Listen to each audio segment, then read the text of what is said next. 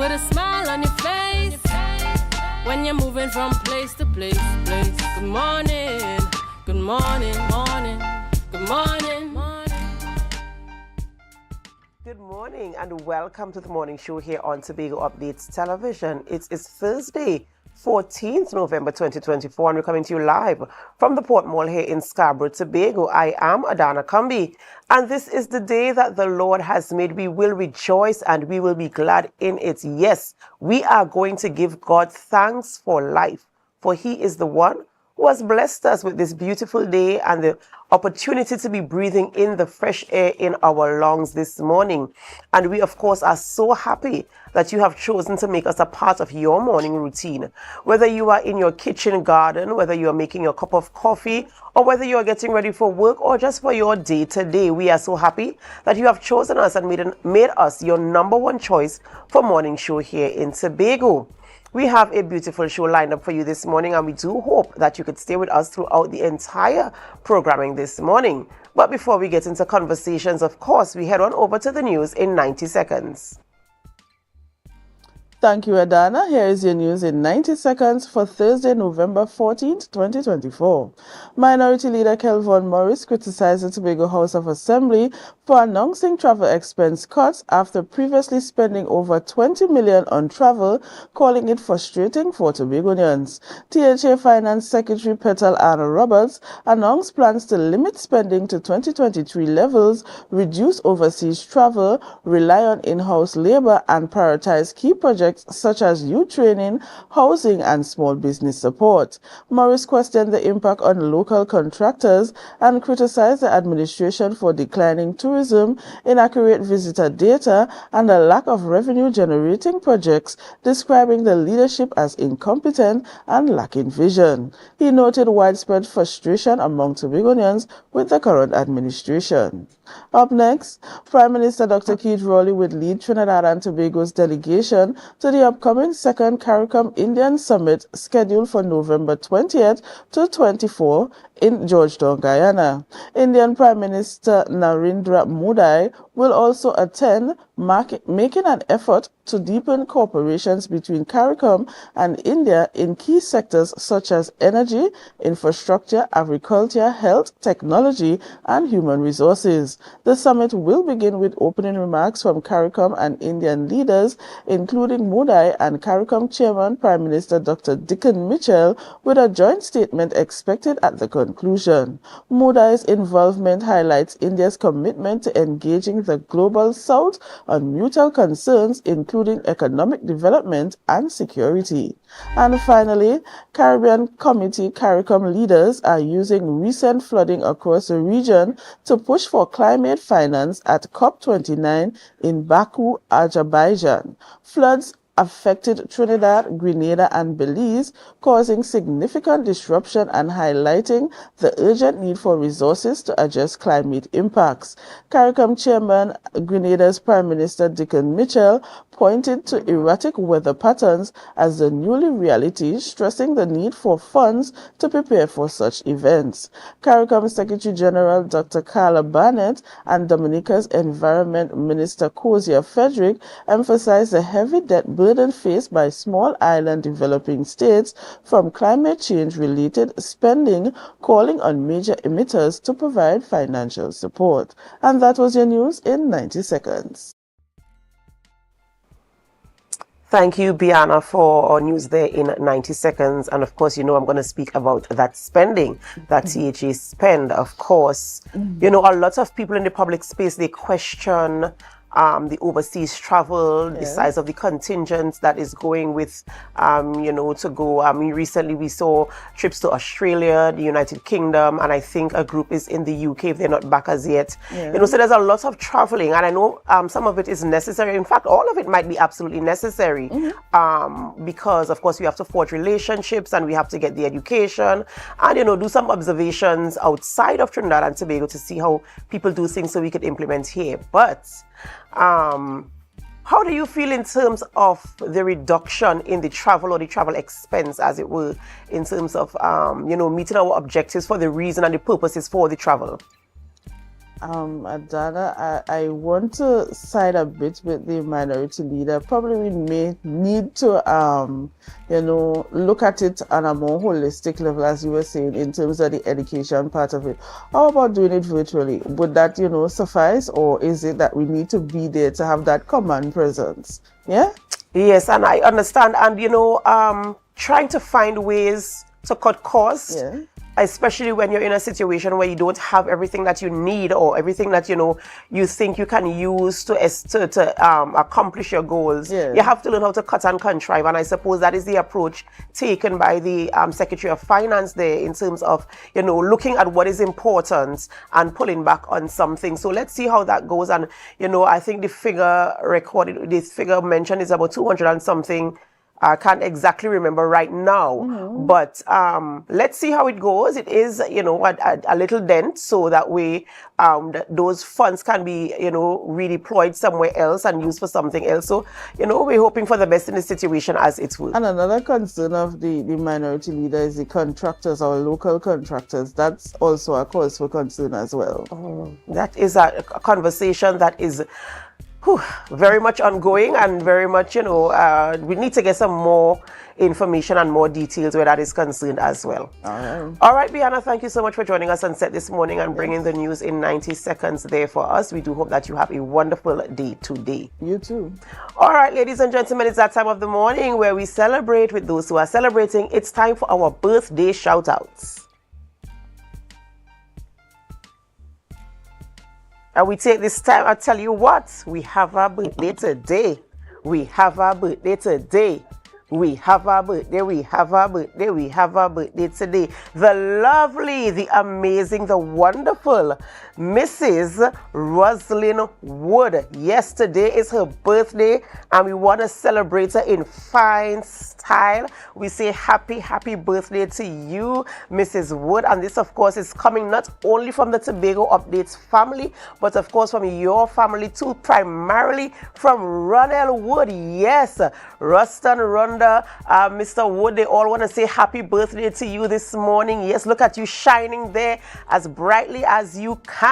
Having a wonderful birthday today. I hope they spoil you. Yes, I hope they give you everything you ask for. So I'm giving you permission right now to just make a list, a long list from here to Toko, and make sure they fulfill it. So happy birthday to you, Mrs. Wood. Next and on screen celebrating also is Jamila Leslie. It's a belated birthday, in fact, and we want to say happy belated birthday to you. Happy birthday season to you. Happy new chapter, and we do hope as you enter into this new phase of your life that you have a wonderful birthday. On screen, next and celebrating is Tennille Jack. Tennille Jack, known as Tintin Jack. She is celebrating as well, and we want to say happy birthday to you. We do pray God's blessings upon your life, and we hope you have a wonderful birthday today as well. So happy birthday to you, Tennille. And of course, if you are celebrating a birthday, you're celebrating an anniversary, a promotion, or your retirement, we want to say happy celebration to you as well. And even though we don't have your photos, we join in with the celebration with you. And of course, we want to remind you to give God thanks for life, give God thanks for the opportunities that He has given us, because He's the one who has enabled us and empowered us to be all that we are and to enjoy all that is around us. All right, so you might be wondering, it is that time of the morning where we're going to find out who we're talking to. And we are speaking this morning with Senator Lawrence Hislop, and we're talking about the Tobago Autonomy Bill. Yes, we're going to have some more details on that conversation this morning. And we're going to be talking about an upcoming town meeting as well. So we want to stay tuned for that to get the information there and talk about the things as it relates. We also speak with Miss Judy Billinghurst. She is a business owner and owner of Jay's Dynamic Delight Services, and she'll be talking about her products this morning in studio as well. So you want to be a part of the conversation, so stay locked in. Of course, you can leave your comments on our Facebook live stream and on our YouTube channel. You can also view us on Amplia 102. So whether you're viewing right here in Tobago, in Trinidad, the Caribbean region, the United States of America, Canada, the United Kingdom, the continent of Africa or Asia or Australia, we say welcome, welcome, welcome. And we do hope that you can stay with us throughout the entire programming this morning. We're going to start conversations very, very shortly. But before we do, we have to go for a break. And as we go, we invite you and all of your friends to help us. Share the live, share the live, share the live. We'll be right back.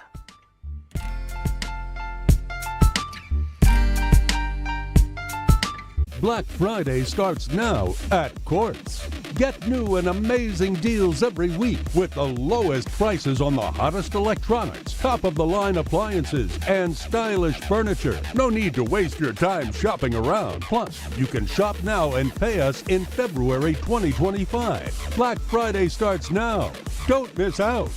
Quartz, bringing value home.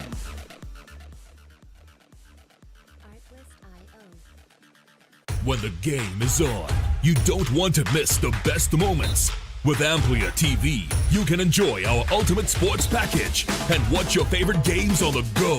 Stay connected and informed with sports news, scores, and stats with Amplia's fastest internet speeds. Up to 1 GB fiber internet, you can stream riveting football action, cricket, NBA games, and much more. With Amplia, it's game on. Visit amplia.co.tt or call 800-4663. Amplia. Do more, live more. It's a different type of thing down there. And we party till we drop down there. With a lot of pretty girls down there. Down in Tobago.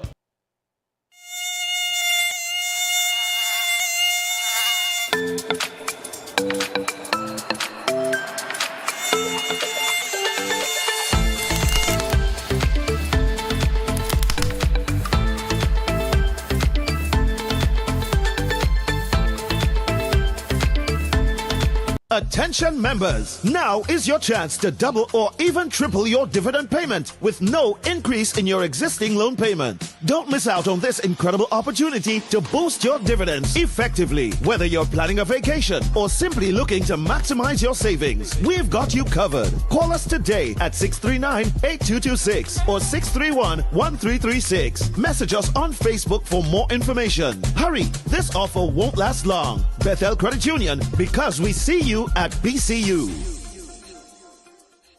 Tobago, your voice matters. The Police Complaints Authority invites the public to its community outreach session. We would love to hear from you. Feel free to attend and give us feedback. Join us Thursday, 14th November at the Canaan Bonaccord Multipurpose Facility from 6 p.m. to 8 p.m. Come share your thoughts, raise your concerns, and learn about how the PCA serves to ensure accountability within our police service. Your input makes a difference. Let's work together for a safer, stronger community. The Police Complaints Authority. Independence, integrity, and transparency in action. Hey everyone, it's time to stand up and make a difference. This year, we're coming together for the war against crime. Bright and early at 5:30 a.m. on November 15th, we will be walking through the village of Golden Lane. And guess what? After our walk, there will be a delicious breakfast waiting just for you.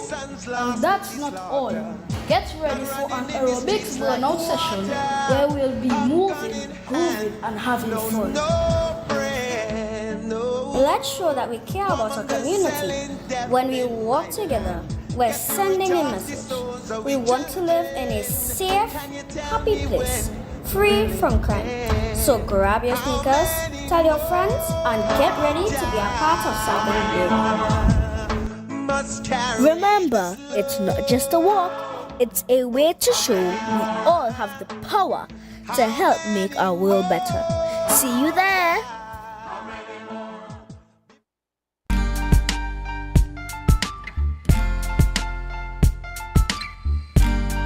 Put a smile on your face when you're moving from place to place, place. Good morning, good morning, morning, good morning. Welcome back, and thank you so much for staying with us here on the morning show on Tobago Updates Television. I am Adana Kumbi, and we begin conversations this morning in studio. We have with us Senator Lawrence Hislop, and there are quite a few things we need to speak about this morning. Senator, of course, it's always a pleasure having you in studio and having conversations with you, informing the Tobago public, and not just the Tobago public, the viewing public, about what is happening in our local spaces, the things that affect us and impact the way we live, the way we spend our days, and the way we, plan for our future ahead.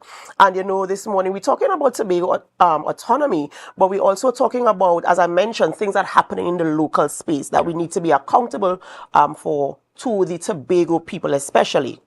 So we're going to start off with autonomy, a conversation that is already in the atmosphere. We've spoken about it on this show already, and we spoke about the status of the bill where we are.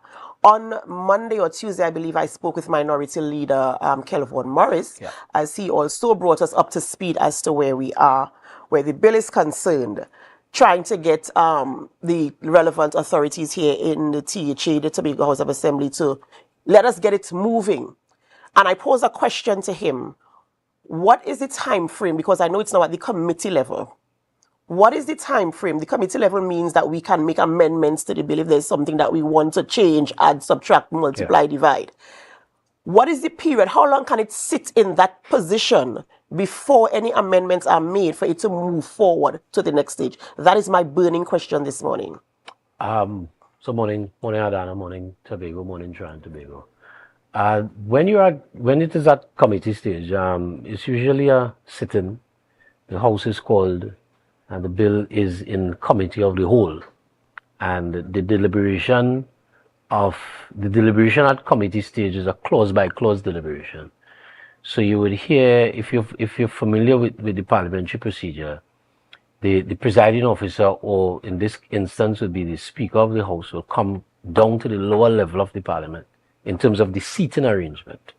They would move the ceremonial mace as well from its upper position to its lower position to signify that the sitting, the House is at committee.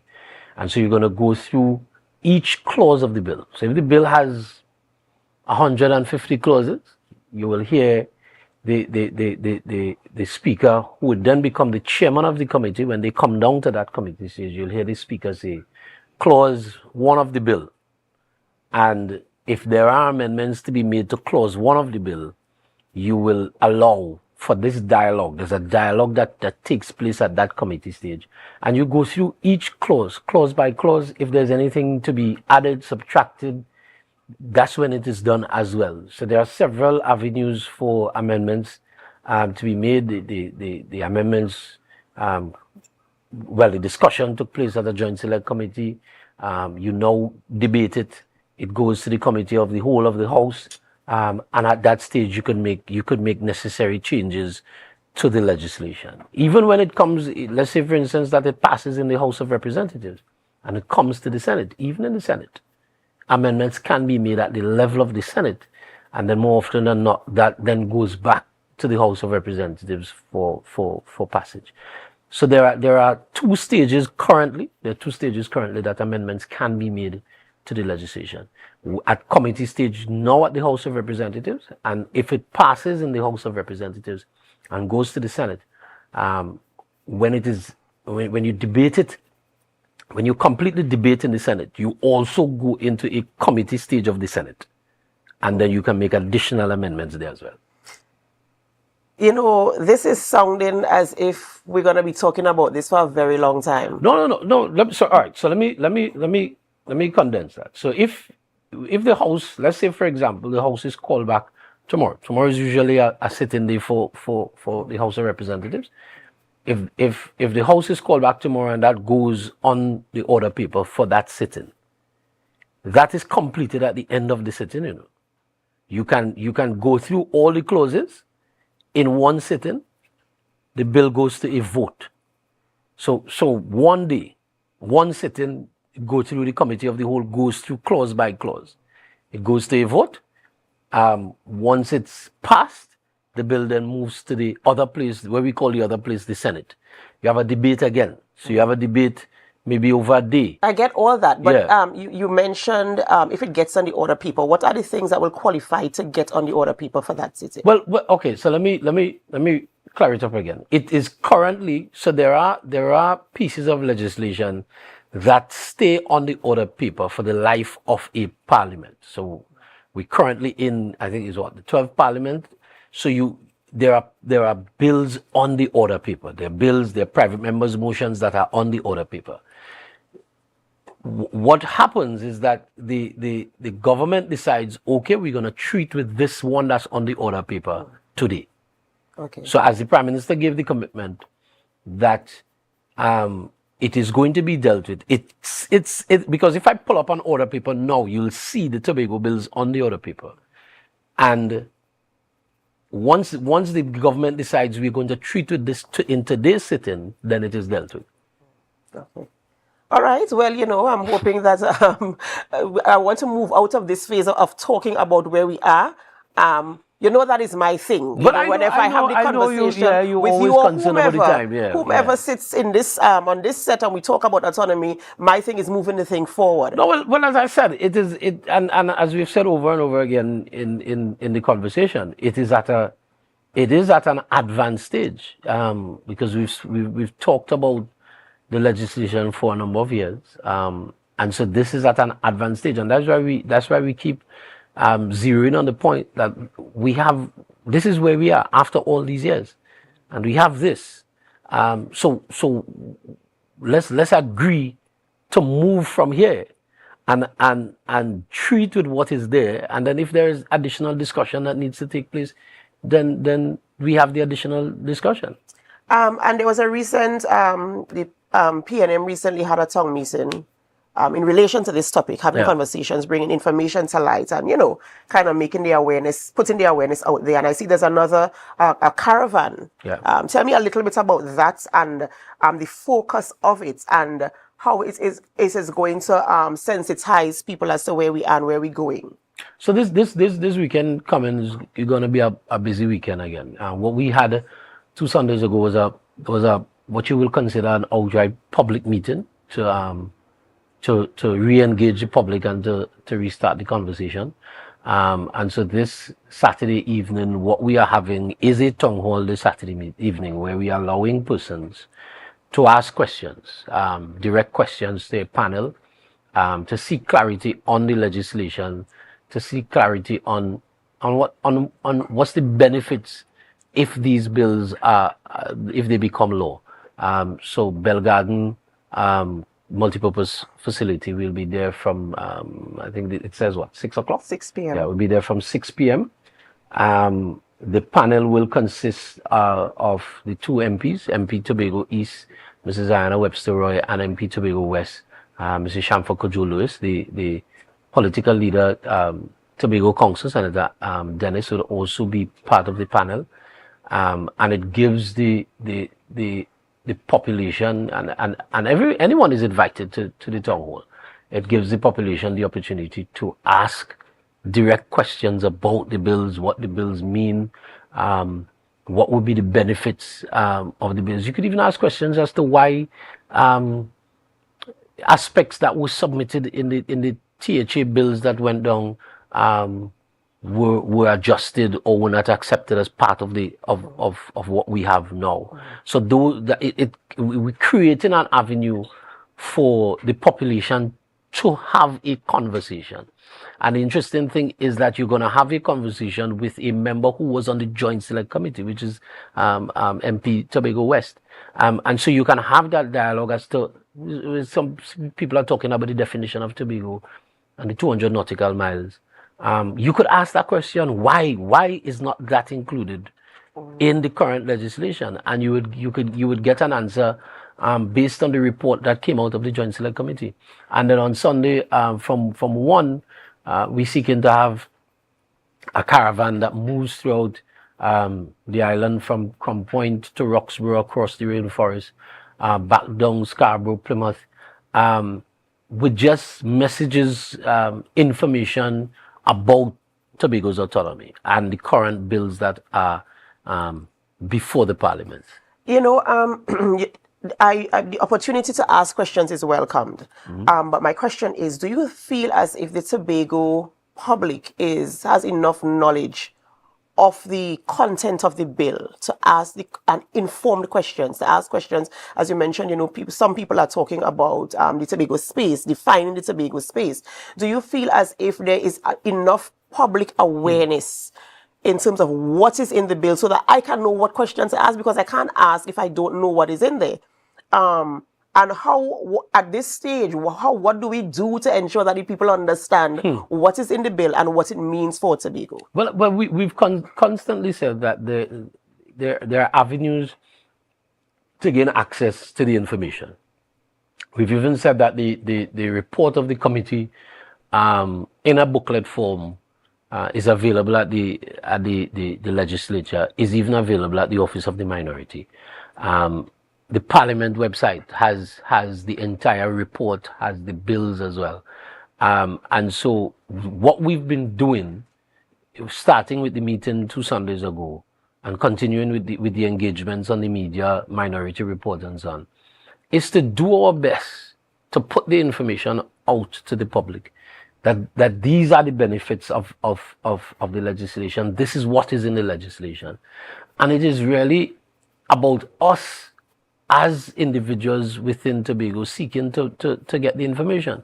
Because I know sometimes we say that the man on the ground isn't aware, but we may be surprised that sometimes the man on the ground is fully much aware of what's going on. Because when we talk about additional resources for Tobago, we're talking about the opportunities for job creation, the opportunities for social services, because we know currently the Tobago House of Assembly constantly, and this is not just within this administration, but previous administrations, have had to treat with what is the allocation from central government. And to be honest with us, we have to bear in mind that history has proven that no matter which government, which administration sits in the central government's construct, Tobago is always on the lower end in terms of its allocation, in terms of its direct allocation to the Tobago House of Assembly. And we now have an opportunity where you have in law where your minimum is where your maximum is, around the way your maximum is right now. And so we're saying that additional resources can only benefit the average man on the ground, can only benefit the Tobagonian, can benefit in terms of additional training programs for our youths, additional job opportunities for graduates, even greater social assistance for our less vulnerable. And so additional resources and additional authority can only benefit the island of Tobago. And so what we seek to do is to create the environment that the information is there, the population is made aware, and we're also saying that there are avenues that you can, as an individual, seek the information and make an informed decision. And so once again, we're creating another opportunity for persons to come. And I'm saying this, even though this town hall is hosted by the People's National Movement Tobago Council, and the persons on the panel are our MPs who have a right to sit on the panel because they're members of they're the members of Parliament.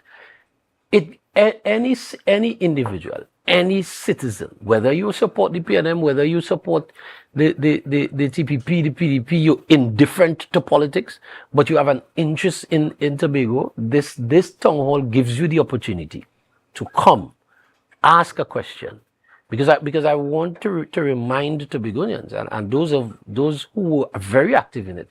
Remember that the political leaders of various entities came together to start this conversation, which resulted in the bills that came out of the Tobago House of Assembly and that was sent to cabinet.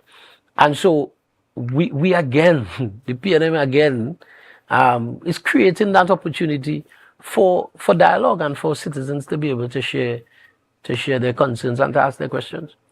All right, I'm here for it. We could probably, I hope that my team is listening to me. We could probably make those bills available. As you mentioned, that the public can access them. We could probably make them available on our social media pages, so you can also see them there. So, that is a semi-commitment. Let me talk to my production team. I'm sure they will be in agreement with it to make them available. I want to switch gears a little bit before we wrap up this morning. I know yesterday, members of the Tobago House of Assembly sat before the JSC to, provide a measure of accountability, right? What I want for you to help me with, to explain to our viewers, and also probably to myself, the objectives of the JSC and the reason for having the members of the THA sit before that committee to answer these questions. So let me see if I could, let me do my best to very quickly pull up what yesterday's JSC was really and truly about. So the Public Administration and Appropriation Committee treats with actual expenditure that's taking place. So where you have joint select committees that can look back, this particular Joint Select Committee's mandate is to treat with the appropriation in its current state, how it is being spent, and when I say this has to do with the appropriation, the allocation that comes to various entities and ministries, and so the remit of this JSC does not just. It's not just about the THA. Various entities have come before us and will continue to come before this particular committee. And so what we were responsible for was for the current expenditure. I'm not getting the exact wording, but the current expenditure of the allocation of specific divisions within the Tobago House of Assembly. The 4 divisions that came yesterday would have been the Office of the Chief Secretary, Division of Finance, Division of Tourism, and Division of Works and Quarries and Urban Development. Yeah. Right. And is there going to be, I saw parts of the conversation, and I'm sure it's in the public space. I wouldn't go too much into details in terms of what transpired, but is that sitting concluded, or is there going to be another part to it? Were the questions that were posed answered adequately, or do you have to go back for another? No, what usually happens with joint select committees, you have a time period, so you can't be. So questions, you never cover everything that you want to treat with, and so there are instances where you're going to have follow-up inquiries. Because what we will do is that we would send additional questions to the various entities for clarity on things that may not have been clear in the live inquiry. Also, entities, as same thing as yesterday, entities can give a commitment if they're unable to answer a particular question in detail.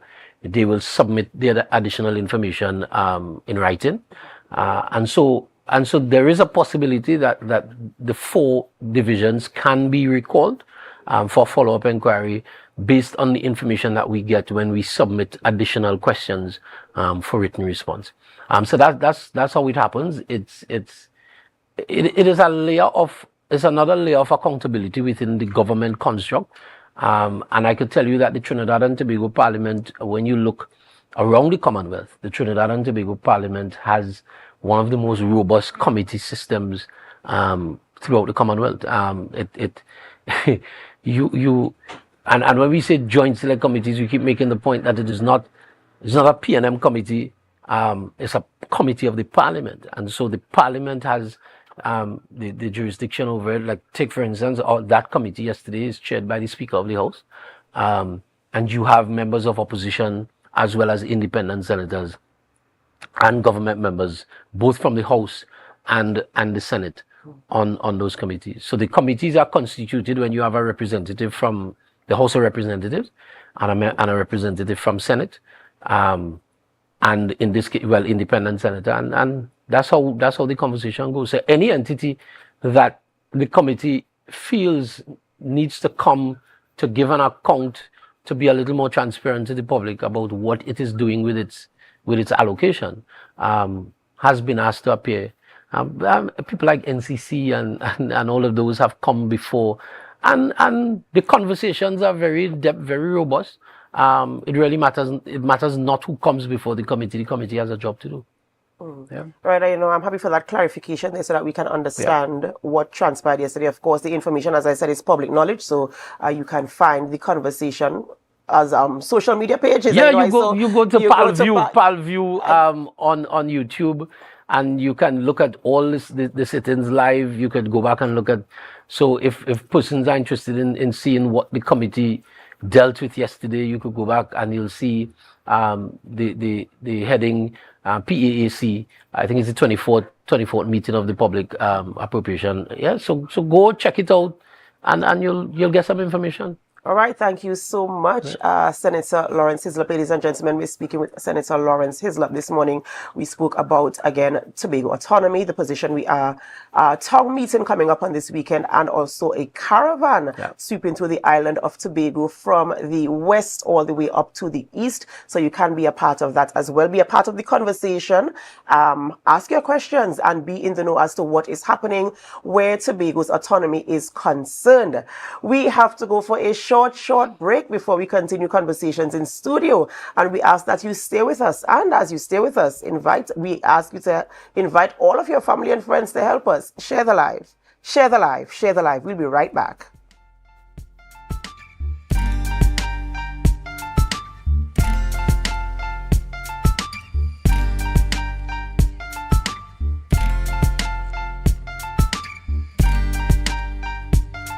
Standards Black Friday deal starts now with 35% off select television, 30% off select appliances, 25% off Christmas decor, 15% off select divans, 20% off select furniture, and you can shop in store and online. Standards Black Friday deal. Nobody beats us on price. Believe it.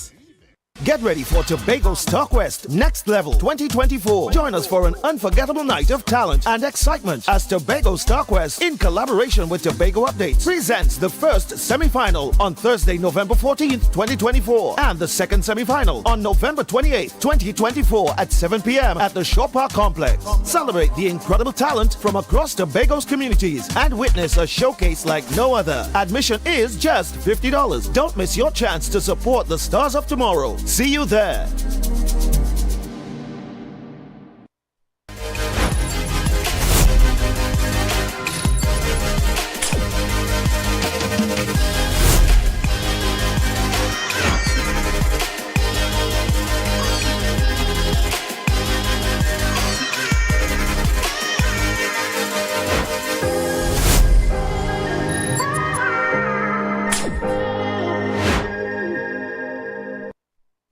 Guys, there are some new developments in housing in Tobago, so it's goat racing time. This is 116, the show that keeps you in the know with all things Tobago House of Assembly. Each week, 116 delivers a fun and engaging overview of the latest developments, achievements, activities, and events of our dynamic assembly. So join me. Let's dive into the Tobago House of Assembly's Week in Review right here on 116.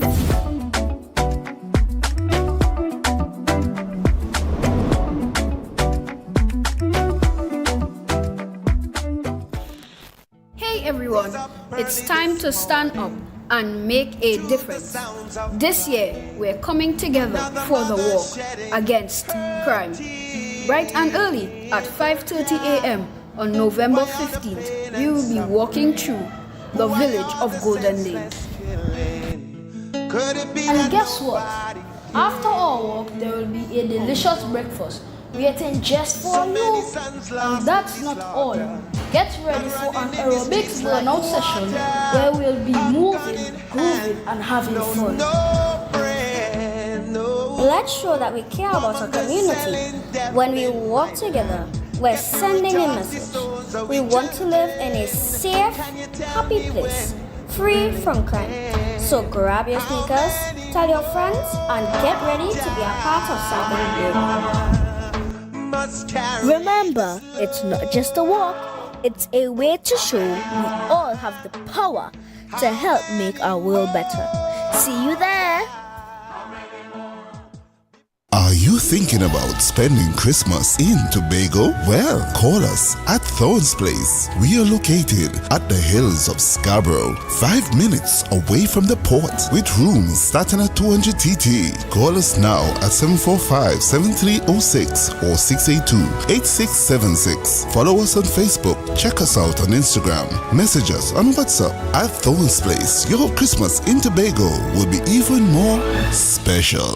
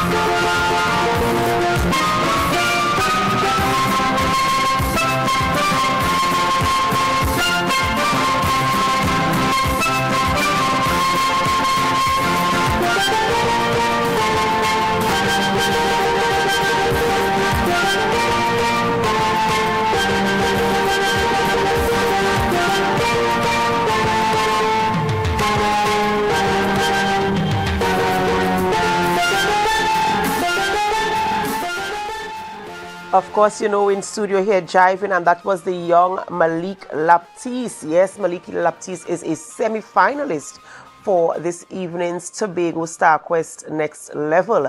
Yes, on the steel pan there, and he is in studio this morning, and he is going to share his experience with us. Good morning, Malik, and welcome. Good morning. Right. And such a deep voice. I didn't expect that voice from such a young guy. You know, a semi-finalist for Tobago Star Quest Next Level taking place tonight. Tell us how you first heard about Tobago Star Quest and what gave you the courage to take the stage. I first heard when my mom was just playing it on, a YouTube video. Right? It was one of my friends playing the pan, and I just get encouraged by just seeing him play it. So, yeah. You thought you'd take a chance as well. And how long have you been playing the steel pan? For about 3 years. Wow. And I saw there for your audition, you were really, really into it and enjoying yourself. Is it something that you love doing? Yes. Right. And you know, tonight is the semi-finals, and you're one of the semi-finalists, and you're going to be taking the stage together with 18 other contestants. How do you feel in terms of, first of all, qualifying for the semi-finals, and what has the preparation been like to get you ready for the stage tonight? I feel very grateful, first of all. Yeah. All right. The preparation has been very simple, right? Practice like morning, practice nights, practice hard parts, and then hopefully the best. That's right. And I do hope for the best for you as well. And I hope you enjoy your performance tonight. I'm not going to ask you what you're going to play. I'm just going to be there, with anticipation to see you there, of course, taking that stage and enjoying yourself the way you did at the preliminaries. How old are you, Malik, if I can ask? 13. Wow, 13 years and playing the pan for the past 3 years. So you started when you were about 10, right? And I really hope that you have a good time tonight. How do you feel in terms of standing among the other persons who are going to take the stage this evening? I feel a little bit nervous, yeah. But I know if I try, I might make it. That's right. You just have to keep trying. And if you wanted to encourage your friends or anybody who you know with a talent who might be shy or afraid or does not have the courage to take a stage, how would you encourage them this morning? I would encourage them by saying, you never know if you're good at it if you don't try. That's right. So you have to take a step forward and try. And of course, you are excited about tonight. Yes. Malik, of course, we wish you the very best. What are you looking forward to the most? You know, after tonight, after you've played, you put you lay your cards on the table tonight. What is the next step for you? What are you looking forward to? I'm looking forward to at least placing in like the top 10. Yeah. That is something, you know, really good to aspire to. And of course, as you mentioned, you were practicing. So you put in the work. And we do hope that you can make it on top. After StarQuest has concluded in December, where do you continue in terms of PAN? Do you play with a PAN side, a group, a community group in your community? Do you play regularly? I mean, I don't play in my community. I just play with our PAN band. But yeah, the PAN band name, Serenity Angels, or my school PAN band. Okay, and you enjoy it? Yeah, right. Very much. Right, I can see that on you, and I do hope, of course, that you can have as much enjoyment tonight as you take the stage. Who is coming to support you tonight? Hopefully my family.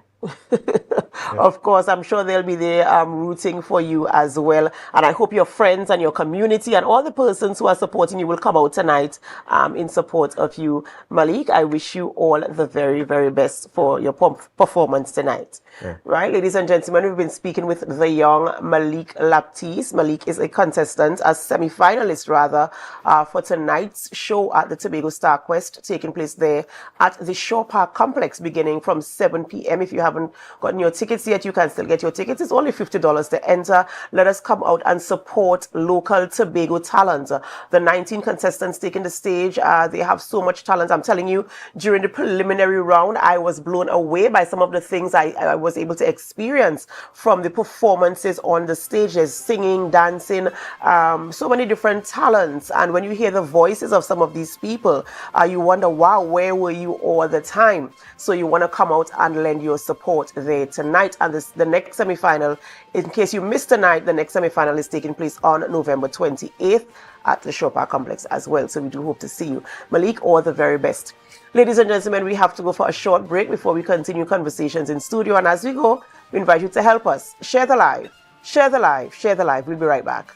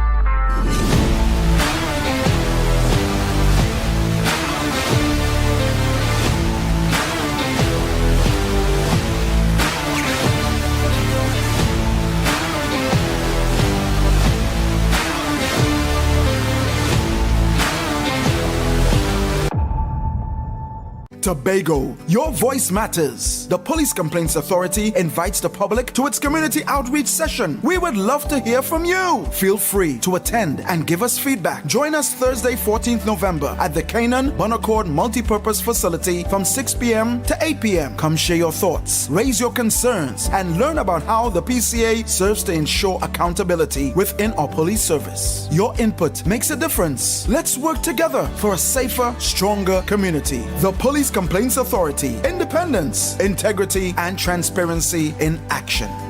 Standards Black Friday deal starts now with 35% off select television, 30% off select appliances, 25% off Christmas decor, 15% off select divans, 20% off select furniture, and you can shop in store and online. Standards Black Friday deal. Nobody beats us on price. Believe it. When the game is on, you don't want to miss the best moments. With Amplia TV, you can enjoy our ultimate sports package and watch your favorite games on the go. Stay connected and informed with sports news, scores, and stats with Amplia's fastest internet speeds. Up to 1 GB fiber internet, you can stream riveting football action, cricket, NBA games, and much more. With Amplia, it's game on. Visit amplia.co.tt or call 800-4663. Amplia. Do more, live more. Are you an architect or draftsman looking to upgrade your skills, or a beginner eager to master essential tools? ReCAD Labs has the solution. Our Revit Architecture Fundamental Tobago course is designed to boost your skills and confidence. Running from October 6th to November 17th, this course includes a live session on November 17th for hands-on learning. Learn from experts in our virtual classroom and stay ahead in the world of architecture. Visit recadlabs.com to enroll now and follow us on social media for updates.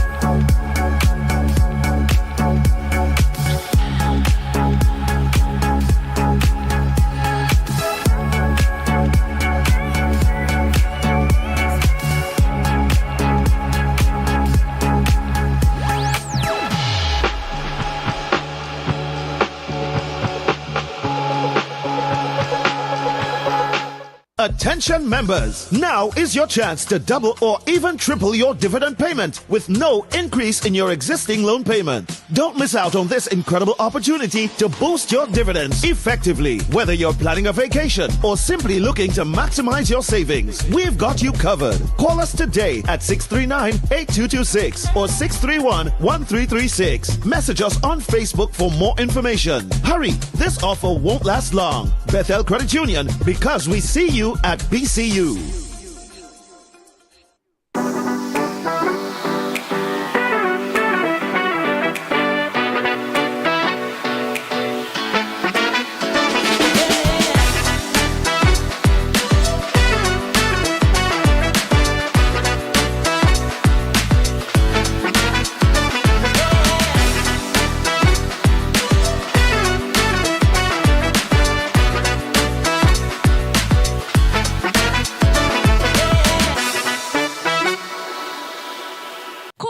Cafe, the buffet restaurant that specializes in all your tasty local dishes for breakfast and for lunch. Breakfast includes coconut bake and sada roti served with chokers, bull joil and sausages in tomato sauce. Not forgetting beef and cheese pies, shepherd's pie, macaroni pie and rice in various styles. Meat served in a variety of flavors, garden salads and pasta salads. All this accompanied by fruit juices, coconut water, your choice of a great combination to appease your taste buds. So call us today to order, as we are here to accommodate your busy schedules or if you are having a cooking day off.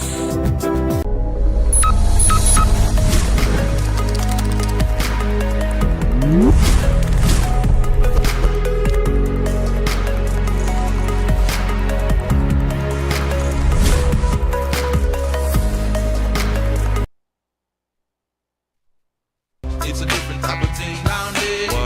And we party till we drop down there. With a lot of pretty girls down there. Down in Tobago. You can now get whatever you need whenever you need it anywhere in Tobago with Tobago. Your meals, medication, groceries, and shopping all delivered directly to you. No more hassle, no more stress. Get the Tobago app today on Google Play or Apple App Store. That's TAPPOGO and let us deliver to you. Check our website at www.tapogo.app or call the experts at 494-TOGO and 484-4746. Tobago. Relax. We will get it to you. Tobago's at your service. Are you thinking about spending Christmas in Tobago? Well, call us at Thorns Place. We are located at the hills of Scarborough, 5 minutes away from the port, with rooms starting at 200 TT. Call us now at 745-7306 or 682-8676. Follow us on Facebook. Check us out on Instagram. Message us on WhatsApp at Thorns Place. Your Christmas in Tobago will be even more special. Rotisserie, mouth-watering fries, salads, combos, and specials galore. Feeling for something to eat? Come and see. Our rotisserie is seasoned to the T. Kicking chicken, masala, and jerk roast. Crispy fries made from scratch. Who do you know can't beat that? Or salads freshly cut and packed. When you taste it, you'll be wanting to come back. So come check us out on number 2 Robinson Street, Uptown Scarborough, Tobago. We open on Saturday nights from 7:30 to 11:30 p.m. Monday to Thursday, we're open from 10 a.m. to 9:30 p.m. and on Friday, 10 a.m. to 4:30 p.m. Contact us at 772-7443 and all social media handles at The Rotisserie Factory. Tobago Glass Supplies has been a leading name for over 37 years in the glass and aluminum market in Tobago. We provide an extensive range of high-quality, innovative aluminum and glass products for commercial and residential use. Competitive prices with superior and professional services by committed employees who are guided by rigid quality standards. Tobago Glass Supplies specializes in the manufacture and installation of glass and aluminum products that are essential to today's homeowners and the business environment. We are engaged in marketing, sales, and installation of a variety of products. These ranges from windows and doors to necessities such as mirrors for homes and vehicles, designed and manufactured in-house or imported.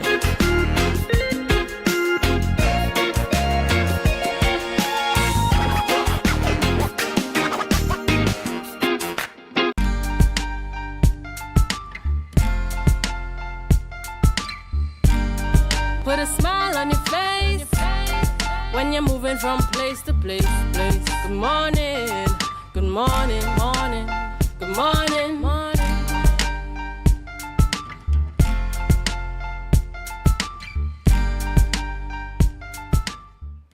Welcome back to the morning show here on Tobago Updates Television. We're just at 7:54 a.m. So if you're getting to work for 8 a.m. and you're still driving, you have to drive cautiously. I know you might be a little bit late, but that's okay. We'd rather you get there safely this morning. All right, we continue conversations this morning in studio, and we're going to speak with a business owner, a small business owner here on the island of Tobago, producing some products that, of course, can lend to your help. This morning, we speak with Miss Judy Billinghurst. Good morning and welcome. Good morning. Hi, good morning, Tobago. Right, so it's a pleasure having you here in studio with us this morning, representing Jay's Dynamic Delight Services. Yes. And we're talking, if our viewers can see the table, of course, you have all your products laid out there. So tell us a little bit about the services that you provide and why you started this business in the first place. Hi, good morning again. Well, this business has started booted in COVID. All right, I has a passion, in terms of health, healthy lifestyle, and persons who would have been asking about it. So it drive me to go forward in doing my different products, which I have with me on display this morning. Right, and I know you said during COVID, which was a perfect time for a lot of businesses to be developed, and we see you talking about, it looks like it's health shots, and in that period, everybody, that was the craze, everybody wanted to get health shots, the ginger shots, Correct. the turmeric shots to ensure That's that they right. boost the immunity. So I'm supposing that is the reason why you went in that direction. Tell us about your process, right? So it started in COVID, people wanted to get their health shots, and you decided, hey, I could do this, so let me try. So walk us through getting from the idea into the business aspect of it. Okay, well, actually, I started off with smoothies first, right? That was the number one hit. And with persons being ill and having different issues with the body, I've decided to do the health shots. All right, so the health shots actually helps person to cleanse and also give them energy. And that would have been my inspiration to push the business further in terms of as well doing teas and other health shots added to the business.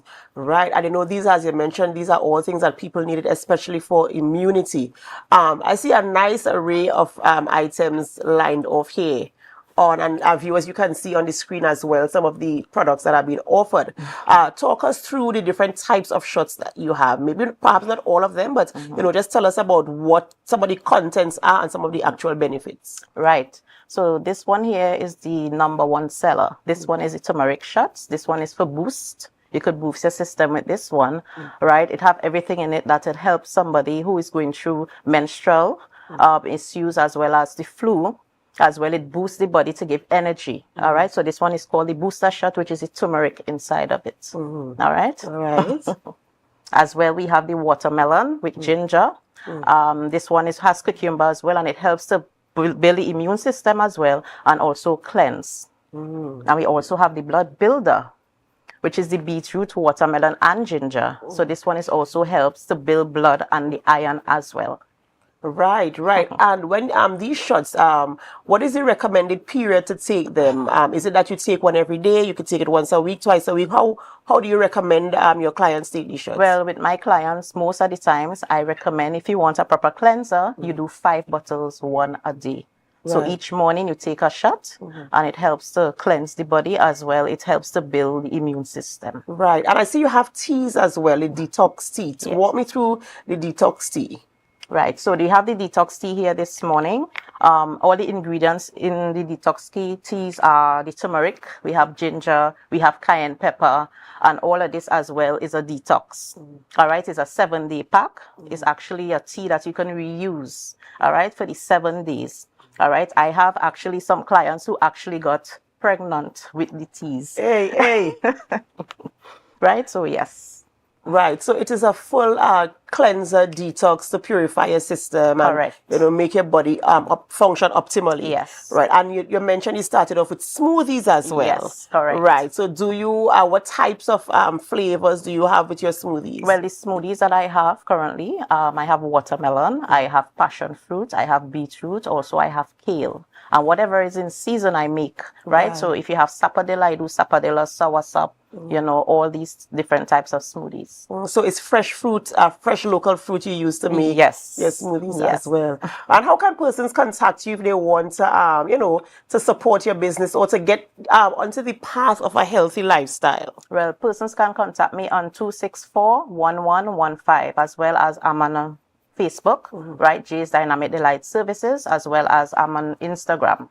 Right. And I mean, you mentioned this is something you have a passion for. Yes. And ever so often we'll see you around with your basket, and that's why your basket is on set this morning. That is your signature. Yes, it is. How does it make you feel when you get the reports from your clients in terms of the testimonies? Girl, I did this, I took this shot. For instance, the person who was able to become pregnant. How does it make you feel in terms of knowing that you contributed to somebody achieving their goals? Well, for me, it gives me a drive to push more even further in my business, right? Because it brings a joy to see that customers can give me back those reviews. So everything I do is with a passion. Right. And if you wanted to encourage persons who never tried any of these shots or any type of shots at all, you wanted to encourage them, listen, jump on the healthy lifestyle bandwagon, as we call it, revisit the things that you consume and probably put some attention to your health. What would you say to them this morning, and where would you start them off in terms of, would it be a tea, a shot, a smoothie? How would you guide them? Well, in terms of starting off with the teas, with the health, I will say start with the shots, because the body needs a cleanser, right? So you cleanse with the shots, and then if you desire, you could do the teas, and after you could start with the smoothie, and then you have to change your diet. You have to change your diet. You have to come off of the flour, the sugar, and all the things that is causing your body to react in a negative way. Right. All right. And in closing, is there any additional information you want to share with our viewers this morning?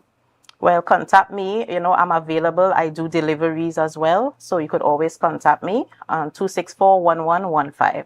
Right. Judy, of course, it was a pleasure having you in studio this morning. Yes. And ladies and gentlemen, I can tell you that I have tried the shots as well. And it is an encounter, it is an encounter, and I believe in small businesses, and I want to support you and encourage you to continue growing. And of course, to our viewers this morning, I want to encourage you also to pay attention to your health, even if it is not shots or teas or whatever it is. Just yesterday, I think it was on Tuesday, we spoke with the diabetes clinic, and so you really have to pay attention to your health. As Judy said this morning, be mindful of what you consume, what you take into your body, the sugar, the flour. And I know we're heading into the festive season. And persons would be wanting to take in. So now probably isn't the best time. But, you have to start somewhere. So pay attention to your health as well. Judy, thank you so much for coming this morning and sharing your products. I appreciate it. And we do hope that you grow from strength to strength and that persons have listened and they will participate. They will patronize your business. Ladies and gentlemen, thank you for staying with us for the entire program this morning of the morning show here on Tobago Updates Television. This is where we come to a close, but this is not where we end our programming.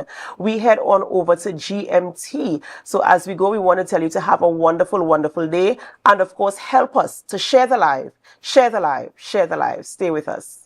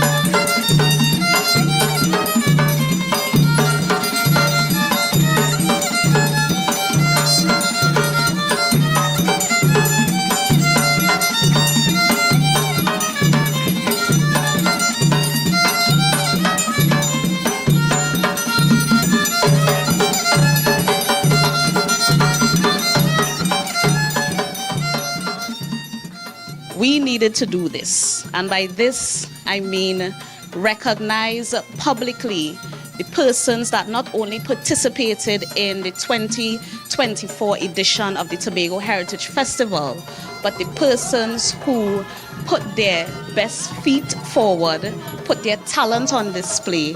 This morning we are here to recognize the winners across the categories in the Tobago Heritage Festival Calypso Monarch competition, our folk fiesta, our Junior Miss Heritage competition, and to distribute checks to our community groups that participated. Hi, I am Gavi Sandy. I participated in the Tobago Heritage Calypso Monarch and I am the winner, second time in a row.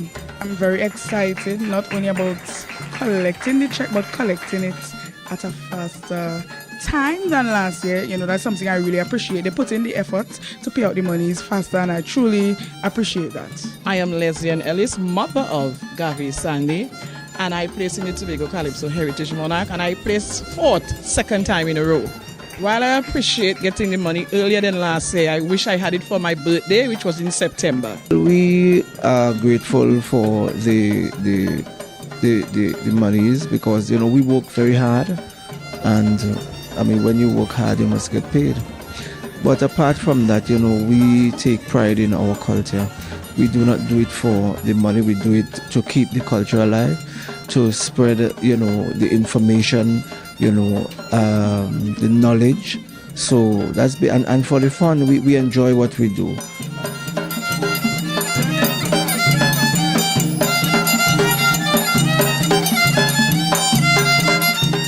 That was a production of the Department of Information, Office of the Chief Secretary, Tobago House of Assembly.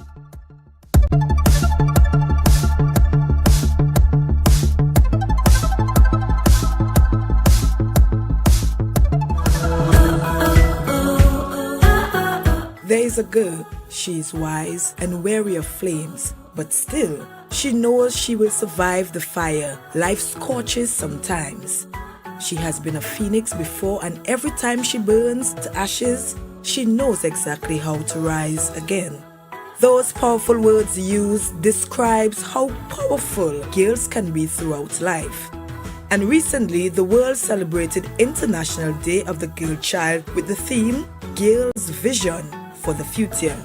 And to commemorate this day, some of the island's most empowering women had the opportunity to share their stories and experiences with female students at Scarborough Roman Catholic Primary School. Today's program, featured especially on the girls, was instrumental. We looked for persons who we thought could encourage, give them that boost of confidence and so forth. I think the selection, it was good, and the students seemed very receptive. I was roving throughout the presentation, so I would have peeped into the different classrooms, and they were quite receptive.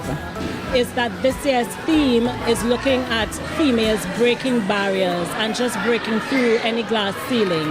My industry is media and communications, and as I was saying to the young ladies, we have not very many females in some of the portfolios within media and communications, so like the graphic artists and the videographers and the photographers. It's really predominantly males. So it was an opportunity to encourage them to look outside the regular jobs or the regular professions and venture into some unorthodox professions which are really growing and becoming very, very popular in today's society. Well, as always, being at our RC and participating in their activities, it's always a unique experience, I must say, to be here today to give or to motivate the students, the girls, as it's International Girl Day. It's quite it's an honor to do that, I must say. They were really excited, and that actually increased my excitement. So I am really pleased that the energy was awesome, and I hope that my message was well received. So today I had to present on deportment to the young ladies. I think that's something that's very important to instill in our young women, showing them how to carry about themselves. It helps to instill confidence, helps them to understand themselves a bit better, to know that I am a woman. When I walk into a room, I need to exude that confidence and show people that I mean business. It was very receptive by both Standard 5 and Standard 4. They enjoyed it thoroughly. The Standard 4 class was really, really receptive. They wanted me to model on my way out, which I did, and you heard all the rockers in the room. And that was such an amazing feeling, just being able to give back to the young people of Tobago as a fellow Tobagoan. I learned that girls are unique and they're special in their own way. It was very nice. I enjoyed myself. I learned about being each other's keepers. I learned about new jobs, and I learned about photographing, video art and stuff today. I enjoyed these sessions because it was fun, it was very uplifting, and I think it should continue throughout Trinidad and Tobago for the girls in Trinidad and Tobago. International Day of the Girl Child is celebrated on October 11th annually. That was a production of the Department of Information, Office of the Chief Secretary, Tobago House of Assembly.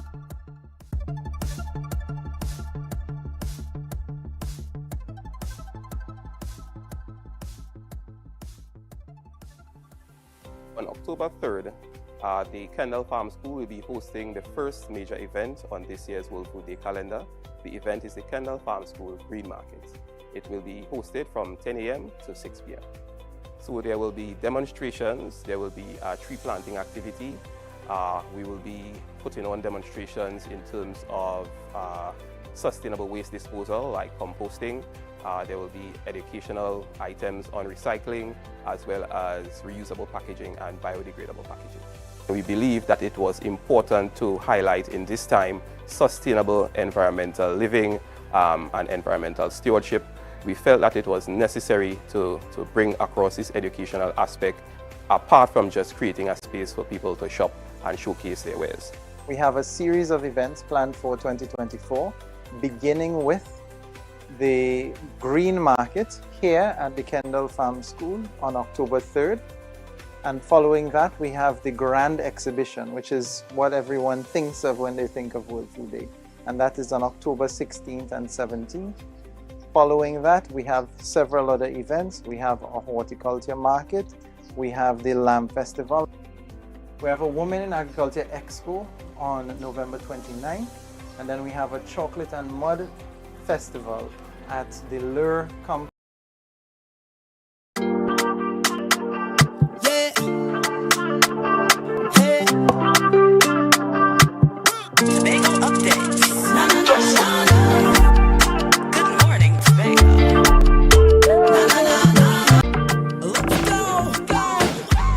It's a brand new morning, rise up to a brand new dawning. As the passion start to rise, the energy fill the skies.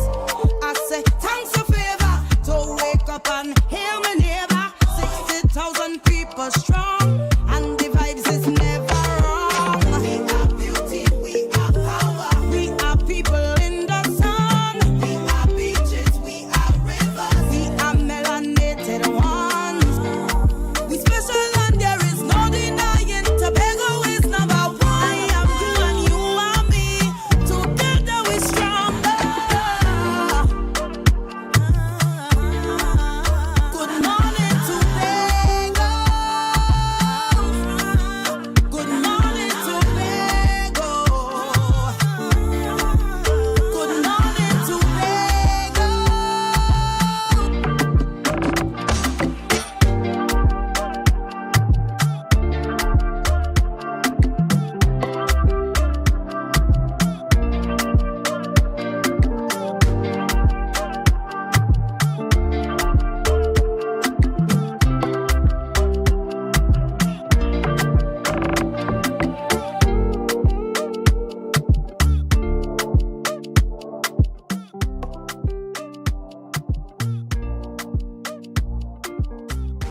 Good morning and welcome to Good Morning Tobago right here on Tobago Updates. I am your host, Chanel Felix. And you know, whenever you see me sitting here, it's because we're about to have those conversations that you want to have while I ask those questions that you want asked. But before we get into this morning's interesting conversations, let's have our news in 90 seconds. Minority Leader Kelvon Morris criticized the Tobago House of Assembly for announcing travel expenses cuts after previously spending over $20 million on travel, calling it frustrating for Tobagonians. THA Finance Secretary Petalon Roberts announced plans to limit spending to 2023 levels, reducing overseas travel, rely on in-house labor, and prioritize key projects such as youth training, housing, and small business support. Morris questioned the impact on local contractors and criticized the administration for declining tourism, inaccurate visitor data, and a lack of revenue generation projects, describing the leadership as incompetent and lacking vision. He noted widespread frustration among Tobagonians with the current administration. Additionally, Prime Minister Dr. Keith Rowley would lead Trinidad and Tobago's delegation to the upcoming second CARICOM Indian Summit, scheduled for November 20th to 24th in Georgetown, Guyana. Indian Prime Minister Narendra Modi will also attend, making an effort to deepen cooperation between CARICOM and India in key sectors such as energy, infrastructure, agriculture, health, technology, and human resources. The summit will begin with opening remarks from CARICOM and Indian leaders, including Moody and CARICOM Chairman Prime Minister Dixon Mitchell, with joint statements expected at the conclusion. Moody's involvement highlighted India's commitment to engaging Global South on mutual concerns including economic development and security. And finally, Caribbean Community CARICOM leaders are using recent flooding across the region to push for climate finance at the COP 2029 in Bangkok. Floods affected Trinidad, Grenada, and Belize, causing significant disruptions and highlighting the urgent need for resources to address climate impacts. CARICOM Chair and Grenada's Prime Minister Dixon Mitchell pointed to erratic weather patterns as the new reality, stressing the need for funds to prepare for such events. CARICOM Secretary General Dr. Carla Bernat and Dominica's Environment Minister Cozier Frederick emphasized the heavy debt burden faced by small island developing states from climate change-related spending, calling on major emitters to provide financial support. And that was on News in 90 Seconds. Now, this morning, I have the privilege of chatting with the PRO of the IDA, Miss Kay Truckman, about Dine, Wine and Dance, an event being hosted by the IDA. Good morning and welcome. Good morning, Chanel. Thank you for having me this morning, and good morning to Tobago. So tell us a bit about the Wine, Dine and Dance event that's being held by IDA. Well, IDA's Dine, Wine and Dance event is one of our signature events that it's a major fundraising event for the IDA. It's an event where we create that atmosphere around the Christmas season for the festivity of sharing the Christmas spirit, as well as the intention of exposing as much of our Tobago community, especially those who do not normally take the opportunity to treat themselves, to get into an atmosphere where they can relax, enjoy the season, enjoy fine dining, engage in social conversation, and as well relax, listening to live entertainment, festive interaction. It's all about sharing that Christmas spirit of giving, and it's about giving an opportunity for corporate Tobago, as well as for individuals who are inclined towards paying it forward to fellow community members who may not normally treat themselves. Right. So it is an opportunity for Tobagonians to connect. Right. And what would you say is the benefit to individuals to make a financial investment in the IDA?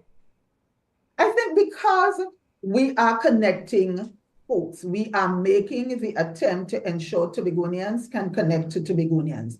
We're making the arrangement or giving the opportunity for Tobagonians to be their brothers' keepers in a very tangible way. Like I said, if we look at what is happening around us, sometimes so many people are finding it hard to make things meet. And they sometimes wonder, do people care about what is happening to me?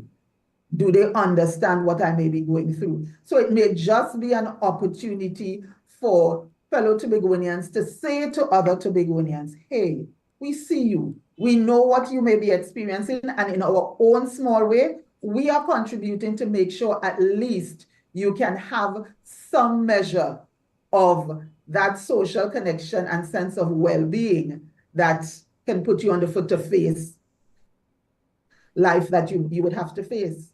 Right. And is this specifically for persons who are supporters of the IDA, or is it open to all Tobagonians of all political persuasions? It is open to all Tobagonians because you have the opportunity to purchase your tickets to be a part of the dinner. The tickets are going at $400 for a single and $700 as a couple. You buy your dinner tickets. and you come and you enjoy that entire atmosphere. You also have the opportunity, especially whether you are individuals or corporate Tobago, to purchase tickets to sponsor someone else. Give them a gift of being able to sit and enjoy a different atmosphere, a different sense of being that can position them for the new year coming. So it's an opportunity for someone to treat themselves, but for also other persons to treat someone else and say, Merry Christmas to you, season greetings. Excellent. So tell us when the event is happening and where persons can get their tickets. Okay, this event is taking place on the 30th of November, and it's going to be happening at Vibes Event Space, which is formerly Shades. Everybody knows where Shades is. And we start at 7 p.m. and it goes until. You would be in an atmosphere of fine dining with wine. So all the Christmas eatings would be there for you to partake of. You'd be under live entertainment. We'd have a live band, a dynamic DJ. We'd have Adishoga. We'd have our own recent Soca Monarch verse would be with us. And we'd also have that sense of giving yourself over to dancing, relaxing, social engagement. So you can get your tickets by calling 372-0087. That's 372-0087 or 378-2967. And tickets can also be collected at the IDA's office in Scarborough on a Tuesday or Thursday between 9 and 1. Excellent. Thank you so much, Ms. Kate Trotman. And that is Dine, Wine and Dance with the IDA happening on the 30th of November from 7 p.m. until. So tell a friend to tell a friend, or just bring your significant other and wine, dine and dance. All right, guys, we're going to take a quick break right here, and we're going to be back right after this with much more conversation. See you soon.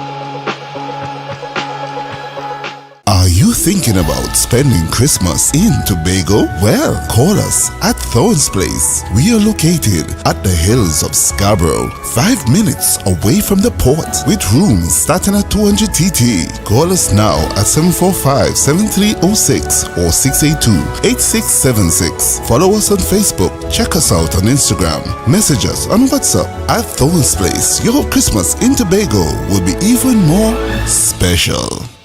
Standards Black Friday deal starts now with 35% off select television, 30% off select appliances, 25% off Christmas decor, 15% off select divans, 20% off select furniture, and you can shop in store and online. Standards Black Friday deal. Nobody beats us on price. Believe it.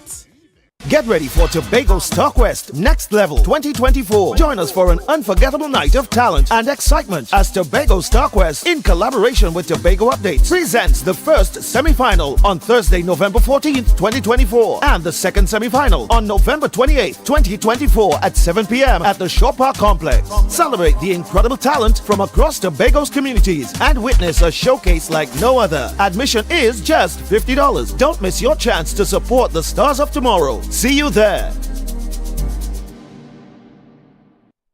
Attention members, now is your chance to double or even triple your dividend payment with no increase in your existing loan payment. Don't miss out on this incredible opportunity to boost your dividends effectively. Whether you're planning a vacation or simply looking to maximize your savings, we've got you covered. Call us today at 639-8226 or 631-1336. Message us on Facebook for more information. Hurry, this offer won't last long. Bethel Credit Union, because we see you at BCU. Are you an architect or draftsman looking to upgrade your skills, or a beginner eager to master essential tools? ReCAD Labs has the solution. Our Revit Architecture Fundamental Tobago course is designed to boost your skills and confidence. Running from October 6th to November 17th, this course includes a live session on November 17th for hands-on learning. Learn from experts in our virtual classroom and stay ahead in the world of architecture. Visit recadlabs.com to enroll now and follow us on social media for updates. Yeah. Hey. Tobago updates. Na, na, na, na, na. Good morning, Tobago. Na, na, na, na. Let's go, go. It's a brand new morning. Rise up to a brand new dawning. Good morning, and welcome back to Good Morning Tobago right here on Tobago Updates. Now, this morning we are chatting with Haran Ramkaran Singh. I hope I got that correct, who is the Director of Legal Services at the Equal Opportunities Commission. Good morning. Hi, good morning. How are you this morning? I am great. And how are you doing? Everything is well, thank you. So tell us a bit about what's happening at the Equal Opportunities Commission. Well, the Equal Opportunity Commission is a public body that was created by an act of parliament, the Equal Opportunity Act. This act was passed to prohibit certain kinds of discrimination and to create an avenue by which persons who have been subjected to that kind of discrimination can get redress. That is to say, it prohibits discrimination in four broad areas: in employment, in education, in the provision of goods and services, and in the provision of accommodation. But this discrimination, must be tied to what are called status grounds. And these are certain personal and inherent characteristics that all of us possess.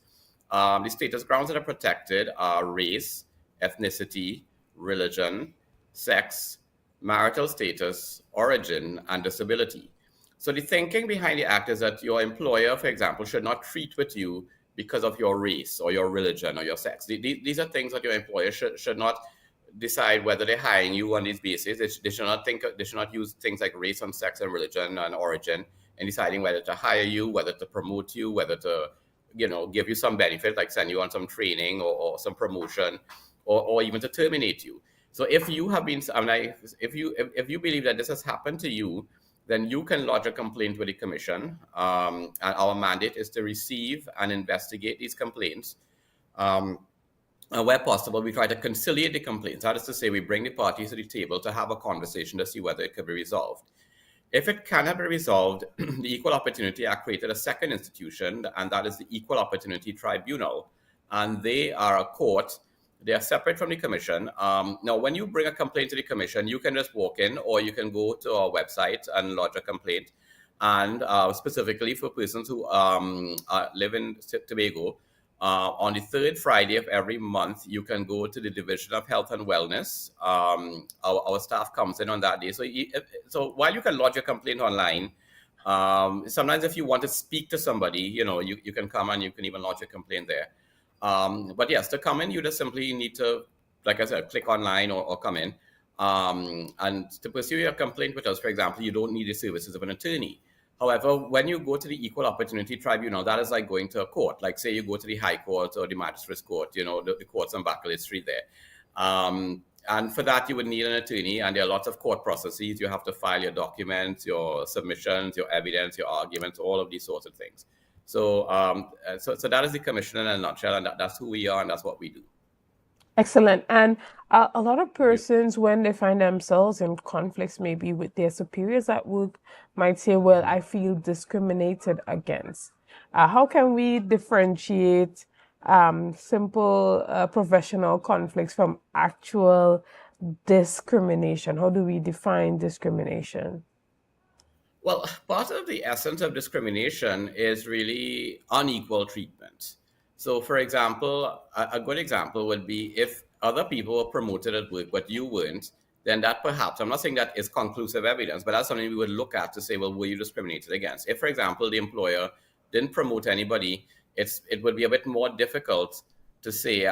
Again, each case has to be decided on its own facts. I remember a number of years ago, we got a matter from someone who complained that they weren't sent on training. They were part of a department, a human resource department in a public sector agency. And they said over the course of a few years, everyone from that department was sent on a certain kind of training, a specific type. And she felt that her turn was next and she was not sent. Now, if the organization had said that, for example, we've cut our training budget and unfortunately we can't, while we recognize this has happened, we can't do it, we just simply can't afford it anymore for this year, then perhaps that may not be a case of discrimination. But when we did our investigation, because remember, part of our mandate is to investigate complaints, we asked, well, could you tell us give us a list of everybody in the organization who's been sent on training over the last 2 years? I'm speaking about a foreign training. And they gave us a list of people being sent to all sorts of places, to Norway and to Texas and to all of these sorts of things. So that using that as an example, it was difficult to say, like I said, if the organization had said we're just cutting training altogether, we can't afford to do it, then that's perhaps not discrimination. But if you feel that all of these people are getting this benefit and you are being deprived of some benefit, then sometimes that in itself could be evidence of discrimination. Excellent. And how does a person differentiate being discriminated against as opposed to being victimized in some sort? Well, there's a separate category of complaint under the Equal Opportunity Act known as victimization. And victimization really applies, doesn't stick up here. We get a lot of complaints from people who feel that they were victimized in the ordinary sense of the word. And that is to say, if you were to just apply the dictionary definition of what is victimization, victimization in the dictionary sense refers to where someone has some power or authority or privilege over you, and they treat you in an adverse or malicious manner, and thus you see yourself as a victim. However, victimization under the Equal Opportunity Act, for our purposes, is a bit more narrow and a bit more specific. It has to be that you did certain things initially. For example, you lodged a complaint with the commission, or you indicated that you intend to lodge a complaint with the commission, or you gave evidence. Let's say your coworker lodged a complaint, but you are giving evidence in favor of your coworker, or you have indicated that you're going to give evidence in favor of your coworker, or even sometimes it could just be a matter of raising allegations of inequality of treatment and discrimination in the workplace. So you do one of these specific things, and consequent upon that, then you suffer some adverse or detrimental treatment. So for example, consequent upon that, you see that you're not being promoted, or we could go back to the same examples I just gave. You're not being promoted, or you were denied some benefit or some training or some facility or something like that, or even if you were terminated, then you can complain about victimization there. So that is how victimization applies under the Equal Opportunity Act. Excellent. And you said that persons can come to the Division of Health on the 4th floor and lodge their complaint. What is the process like for lodging a complaint? Is it that they have to first gather all the evidence and then bring it to you, or would you help them understand what type of evidence is needed in their case? Well, the ideal situation is the first situation where a person gathers everything and comes, because that way your matter can proceed a lot quicker. But it is not necessary, no. If a person just wants to come and talk to us, they can talk. They can lodge a complaint right there and then, and our staff will, as you said, will guide them as to what evidence they need, what they can bring in. Again, now we have the power to request information from a respondent. So let's say you're complaining about your employer, because there might be certain things that you can't access. You may not be able to access a lot of confidential files and records and that sort of thing. But at the same time, it would expedite your matter. The more information you can bring, obviously, your matter will move a lot faster. But it is not necessary that happens. We can guide you, we can assist you, we can point out to you that maybe you can try something. If it's a public sector employer, we could sometimes say, well, you could make a request under the Freedom of Information Act. so we can help you. And at the same time, sometimes we might ask you the questions, because if you're saying that I was not sent, again, let's go back to that example of the lady who said she wasn't sent on training, then we would sit down and ask her, well, who do you know who was sent on training? And think about this department, and think about that department. And maybe you can go back and just subtly ask around. So even though we investigated and we got the information, it would help if, you can do some digging around on your own. But it's not necessary that you do that. Okay, understood. And so when it comes to these proceedings, do you suggest that persons refrain from trying to have that direct dialogue with their employer on their own and just wait until the situation is resolved, whether it be through mediation or through the tribunal? Well, our mandate is to try and resolve matters. And sometimes if it's possible that the matter could be resolved between the parties, we would always encourage that, because there's no benefit. If you can get a resolution tomorrow that is acceptable to you, there's no need or no greater benefit to say let the process go on for the next few months. So it is always possible, but we do try it. If it is you want to have this conversation, we would prefer that you let us know first, as opposed to having us do an investigation. And then sometimes you never know. Sometimes the employer went right back to us and say, well, we're having a conversation with the person. It doesn't really augur well for your matter if we're taken by surprise. Because if it is you want to have a conversation with your employer, then we can sometimes it might be beneficial for us to tell the employer, we are holding up on our process so that to allow you all to have a conversation. Because let's just say the employer gets an attorney. The attorney might quite correctly so advise that the employer should not be discussing the matter with the employee while the process is ongoing before the commission. So it may be to your benefit if you want to have that conversation with your employer to let us know, and then we can tell the employer, well, we are, we're holding up on our process. We'll put it on hold for now to allow this conversation to happen. Right. And how often are these matters amicably resolved? Well, there's a formal process of conciliation, which and for that, for example, we have a person employed who is a mediator licensed with the Mediation Board of Trinidad and Tobago, and she will hold conciliation sessions using the principles and practices of mediation. But then there is the informal resolution that we get in many matters. Sometimes, for example, matters are resolved just at the stage of investigation, because many times a lot of the complaints we have really have to do with what is called information asymmetry. That asymmetry meaning symmetry is where both sides are identical, but asymmetry means that one side is not identical to the other. And information asymmetry simply means that one side has more information than the other. So many times, and many persons who are employees can talk about this. So sometimes you get together in a group and you say, well, I don't know what management is doing. They're not communicating with us. They're not telling us what is the plan, what is the keepback, what is the holdup. And sometimes only through the investigation process that we might get a response from the employer. And the employee or the person might say, well, okay, I have a better understanding of what took place now. I feel I feel more comfortable with the situation, even though there wasn't a formal resolution in the sense that the parties they shook hands and reached an agreement. Because at a conciliation session, there's a formal resolution. That's basically where, to use the expression, you shake hands, you reach an agreement, you sign a document saying, I agree to do this, I agree to do that. But sometimes coming out of the investigation, there isn't this formal agreement, but there's a sense of better understanding. The person has a better understanding of what took place, maybe has a better sense of peace of mind. So in that sense, yes, there is I would say a significant element of resolution. Excellent. And so we are going to take a quick break right here, and we're going to be back as we continue this conversation very soon. See you soon, guys. Okay. Yes, thank you. Let's go. It's a brand new.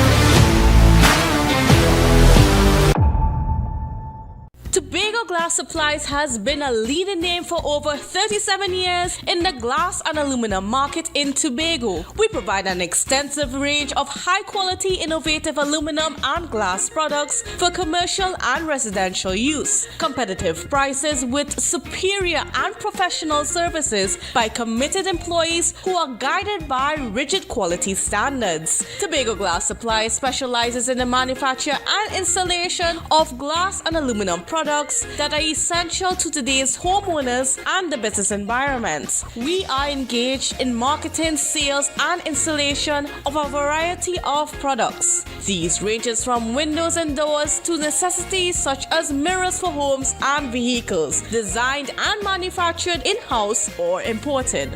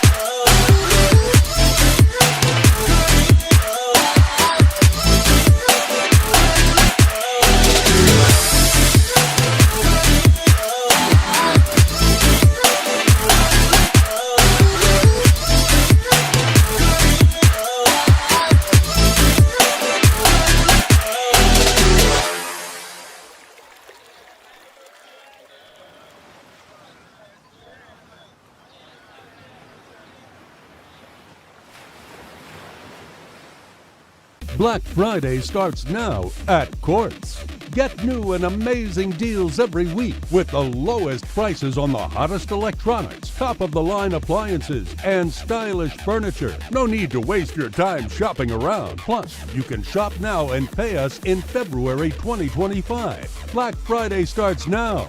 Don't miss out. Quartz, bringing value home.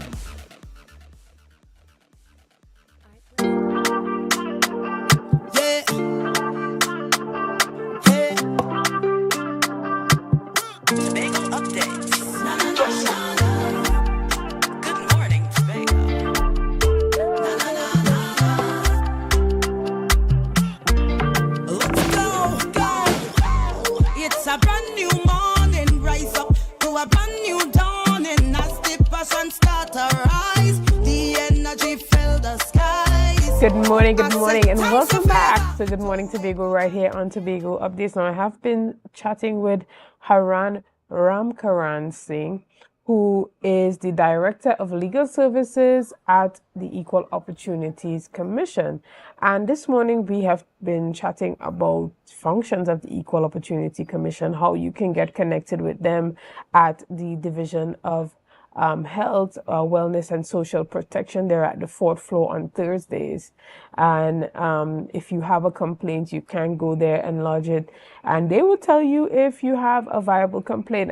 One of the questions that I've seen coming in is, what are some of the most common complaints that often come into the commission? Well, the most common complaints are discrimination in the field of employment. Although we're empowered to receive complaints in four areas: employment, education, the provision of goods and services, and the provision of accommodation. Statistically, every year, over 80% of our complaints are in the field of employment. We always get complaints, for example, most of the complaints have to do with things happening on the job. Whether or not somebody was not promoted. We get a lot of complaints about, for example, non-promotion. Or some other benefit or facility.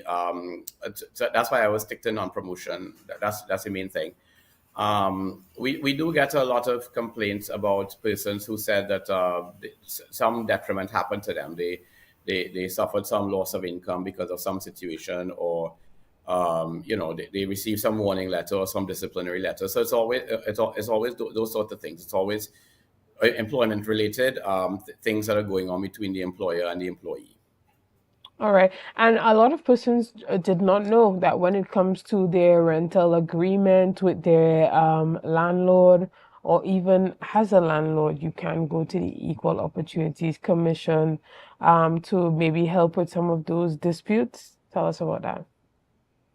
Well, yes. For example, if you're you can lodge a complaint with us. For example, if you believe your landlord is discriminating against you, but again, the discrimination has to be tied to certain grounds, certain status characteristics, your race, your ethnicity, your religion, your disability, that sort of thing.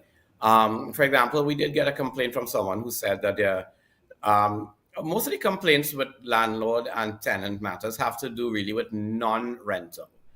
Because to be fair, if it is that there's a dispute between a landlord and tenant as opposed with respect to, say, repairing the property, that may not necessarily be an Equal Opportunity Commission matter, or payment of rent or those sorts of things, because there are other mechanisms by which, let's just say, for example, the tenant is not paying the rent.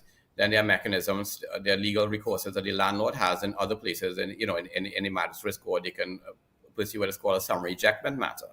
So, but most of the complaints we get with landlord and tenant matters have to do with non-rental, where somebody says that I went to look at a place and I didn't get through, but I heard that somebody else got through. That's the bulk of the complaints we get there. Okay, and to avoid persons calling discrimination when it is not a discrimination case, how do you set forward clear guidelines to guide individuals on when they can indeed come to you to lodge a discrimination claim? Well, to begin with, we generally tend to encourage anyone who wants assistance in the matter, because as we said, if you come and speak to us, we can perhaps guide you and may perhaps tell you that this is perhaps not a matter that you can lodge with us. But for example, if you want to do some reading on your own, we have published guidelines that are available on our website for free download. Our website is www.equalopportunity.gov.tt. Sorry. People always say equal opportunities. They tend to pluralize us. No, we are the Equal Opportunity Commission, not opportunity. So similarly, our website is www.equalopportunity.gov.tt. You can go to our website and you can find, for example, guidelines for employers on discrimination. We have guidelines for employers. So that's a general guidelines, discrimination. But then we have specific guidelines for employers on disability. Because do remember, one of our mandates is to deal with discrimination on the basis of disability. So we have specific guidelines for that. And then we have guidelines for employers on sexual harassment. The sexual harassment is recognized as a form of sex-based discrimination. So that there was actually a judgment of the Court of Appeal that confirmed this. So that if you have suffered sexual harassment in the workplace, for example, you can lodge a complaint with us. But the guidelines, just to stick up in the guidelines of sexual harassment, really, for example, hope to take a more proactive approach, in that we perhaps provide assistance on how to write a sexual harassment policy, things like that. If a complaint of sexual harassment is made to you as an employer, what should you do? So ideally, if one were to follow the guidelines that we have published, then this would then there'll be very little work to come to us, because hopefully employers would follow the guidelines and would know what are the best practices and what to do. Understood. And moving forward, again, persons can come to you on Thursdays at the 4th floor of the Division of Health, Wellness and Social Protection. Sorry, it's Fridays, not Thursdays. Sorry, it's on the Fridays. the third Friday of every month. The third Friday of every month, they can come and visit us. So as a matter of fact, I think we will be there. I don't know if we'll be there tomorrow or next week. I need to confirm which is the third Friday. I don't have a calendar in front of me, but I think we'll be there tomorrow. Yes. Mm-hmm. All right. And when it comes to issues of persons with disabilities, can a person lodge a complaint for instance, not having adequate restroom facilities that allow for them to perhaps go in with a wheelchair? Is that something that the Equal Opportunities Commission would assist them with? Yes, you can lodge a complaint because the employer, Trinidad and Tobago, signed in 2002 the United Nations Convention on the Rights of Persons with Disabilities, the CRPD. And so both documents, both the Equal Opportunity Act and the United Nations Convention, places a number of obligations on the government to do things, or to put, not as the government, but it places obligations on the state rather. And this includes not just the government per se, but employers. And so that, for example, employers have to make what is called reasonable accommodation for persons to accommodate persons with disabilities. Now, the accommodation must be reasonable in that it must not necessarily impose a disproportionate or undue financial burden on the employer. And to this, for example, we recognize that many old buildings, many old colonial buildings, it may be difficult sometimes to say, well, we're going to retrofit the part of it. But at the very least, a lot of new buildings that are, but it's not a one size fits all, because, for example, let's just use the example of the bathroom. The employer would need to, if the person with a disability can lodge a complaint with us and we can investigate with the employer. Now, the employer would have to say or show that it is financially unfeasible for them to perhaps do over the bathrooms to accommodate this person with a disability. Now, if it simply means just fixing the door, expanding the door, or something like that, it would be difficult to say, well, I can't afford to put in a new door and put in grab bars and these little sorts of things that would accommodate the person with a disability. But if it's an old building and the bathrooms, for example, are little stalls built with brick and mortar and concrete, I'm not saying it's impossible at all. It's certainly not impossible. Any construction work can be done. Any retrofitting can be done. But it's just a question of the employer saying it's just not financially feasible for me. I always like to use the example. Let us say the employer is one of those nice large commercial banks, or those big hotels in Tobago. It will be difficult to say that. But let's just say your employer is really some one of those small little thrift stores, as I call it, or little clothes stores on the side of the road. It may, they may be able to reasonably say it's not physically feasible or it's not financially feasible for me to do this work. So it's not a one size fits all. Understood. And even as we round up our discussion this morning, can you tell individuals why it's important to visit your website and check out the information and understand what their rights are? Well, it's important so that you can be informed, and you can be informed in terms of, let's just say, I always like to use, we do a lot of public education where we go into businesses and we go into organizations. So that's a service that we offer if anybody, it's free of charge. And we always say that, for example, you are an employer, so that you have obligations, but you also provide of goods and services. If it is, even if you're a public sector agency, let us say, I'm just using an example, you're a division of the THA, but you provide goods and services to the public or a section of the public, whatever those services may be. So that you could be facing a complaint of discrimination, not just from your employees, but from the public or the section of the public that you serve. Somebody says that I was denied access to these goods and services because of my disability, for example.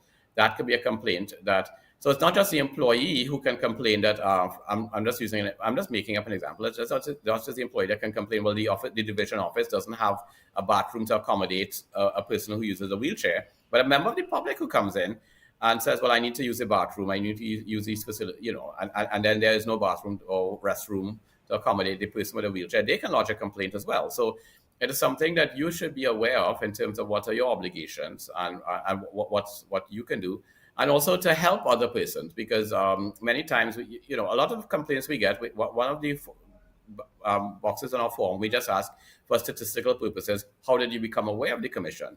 And many persons say word of mouth or references that, I was speaking to somebody, I was speaking to my uncle or to my aunt or to a friend or somebody about a problem I'm having, and they recommended, well, why don't you go to the Equal Opportunity Commission? So that you are better informed. When you are better informed, you know what to do, and you could also provide guidance to other people who may be in a situation that that requires so much assistance. Okay, understood. Again, it's important for persons to visit the website. It's important for them to also spread the information.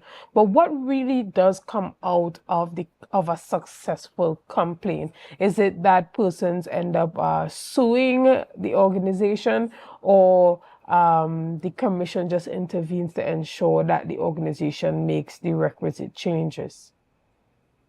Well, at the level of conciliation, I just need to draw a distinction between a successful complaint at the commission's level and at the level of the tribunal. Remember, the commission simply conciliates the matter. We don't adjudicate. People used to ask us in the past, well, how much money have we awarded to persons, or how much money have we given out, or that sort of thing. And we said, no, we are not a court. The tribunal is the court. So we cannot compel the employer to do anything. We can bring, like I said, we can bring the parties to the table to perhaps reach an agreement. Agreements we've had, for example, might have, and it's really up to the parties whatever they want to agree to. For example, I remember there was one agreement where the person said, I want my employer to put in policies and programs to prevent this thing from happening in the future. That was part of the conciliation agreement.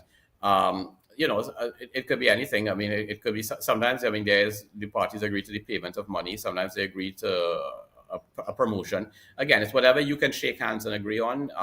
That would be something that would be a successful outcome there. At the tribunal, however, when you go to the tribunal, like I said, that is the same as taking a matter before a court. And more often than not, a court, more often than not, the court will simply, if you are successful, they will order some form of financial compensation. They have the power to make orders and declarations and order compensation. So it's really, but the practice of courts really is simply to, just make a financial award as the case may be. Excellent. All right. Well, we want to thank you so much for your time this morning. We want to thank you for coming on and truly educating the public on how they can utilize the Equal Opportunity Commission and to open their eyes and ears for the third Friday in the month when you are at the 4th floor at the Division of Health, Wellness and Social Protection. That's up at Glen Road, Montessori Drive, right in that vicinity where community development is there, along with the Division of Settlements. You cannot miss it.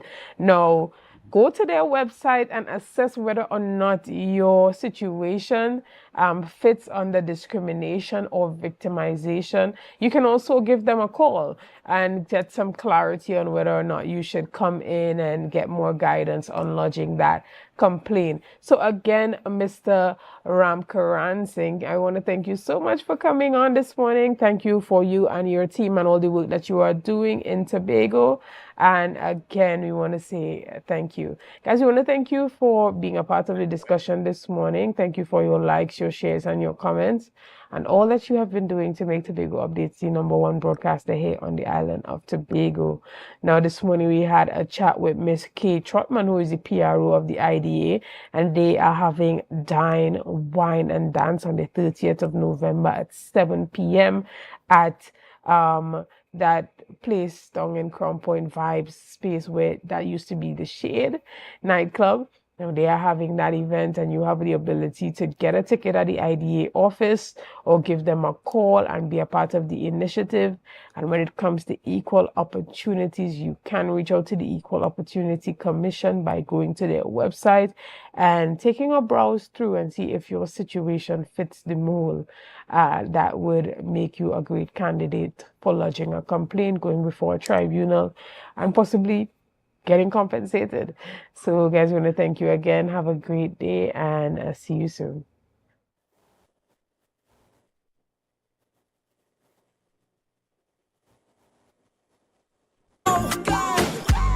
It's a brand